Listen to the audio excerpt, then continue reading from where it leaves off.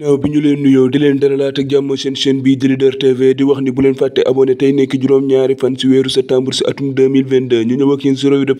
presse nag dañ ci njëkkee yéen kaay bi groupe Futurs Médias ñu gën ko xam ci record moom record ma nga fasal sa xët yu njëkkee l'international sénégalais bii di Sadio Mané moom Sadio Mané gannaaw bi nga xamee ne tey jii nañu war a commencé seen première match Ligue des champions ànd seeg waa Bayern na googee ñu war a jàkkaarloog équipe boobee di Inter Milan nekk foofu ci Italie moom Sadio Mané ñoo ngi kiy xaar pour mu dugal ñaar fukkeelu biyoom ak juróom moom l'international sénégalais bi di Sadio Mané ba tey journal bi ñoo ngi fay fekk gannaaw bi nga xamee ne coupe du monde bi mi ngi Dakaru Ndiaye jël Diop ñoo ngi fiy fekk ay kaddu Trezeguet moom David Trezeguet moomee nga xam ni bi Sénégal di tasanteeg France 2002 moo dooroon bal ba mu dal sa poto ba moom David Trezeguet mi ngi xam ne naan Sénégal am na atu yëpp pour mu mën a sore si boobule coupe du monde nga xam ne Qatar lay amee ba tey journal bi ñoo ngi fay fekk kookee di Kylian Mbappé ak kookee di Haaland ñoom ñaar ñii nag ñoo ngay wane seen bopp gannaaw bi nga xamee ne lañu doore seen Ligue des champions neex na ñoom ñaar ñii dugal nañu kenn ku nekk ñaari bi gannaaw record dañuy jubal stade moom ma nga fësal match soog boobee nga xam ne ñëpp ñoo ngi koy xaar tey jii ku si mel ne Inter Milan war a jàkkaarloo club boobee di Bayern na ñoom Sadio Mané ba tey journal bi ñoo ngi fay fekk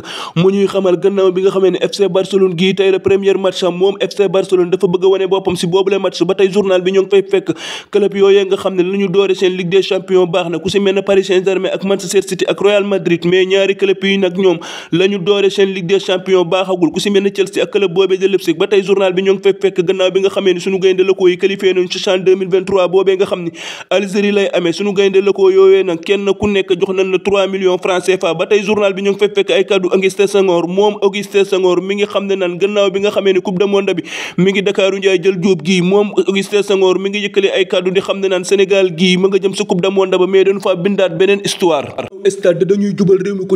Quotidien nag moom ma nga fësal sa xatu njëkkee l'international sénégalais bi défenseur central suñu gaynde yii di Kalidou Koulibaly gannaaw saison bii ñu génn xam ngeen ne ma nga woon Naples nekk foofu ci Italie mais xam ngeen ne saison ren bi Kalidou Koulibaly ma nga Chelsea googee nekk sa Premier League ba sa Angleterre moom Kalidou Koulibaly jot na faa amal juróomi match ànd seeg waa Chelsea googee jot na faa dugal benn bi moom Kalidou Koulibaly nag ki ñuy wax Kabelo moo yëkkati ay kàddu jëmale ko ci l'international sénégalais bii di Kalidou Koulibaly moom Kabelo nag xam ngeen ne ancien joueur Italie la woon moom Kabelo léegi consultant la mi ngi yëkkati ay kàddu di xamal Kalidou Koulibaly ni que na nga intégré woo sa Premier League ba sa nekk foofe sa Angleterre moo baaxul yow Kalidou Koulibaly da nga war a yokk say vitesse dafa yéex ba tey journal bi ñoo ngi fay fekk coupe du monde boobee nga xam ne tey jii nañ koy présenté ci Dakaru Ndiaye jël Diop sa grand théâtre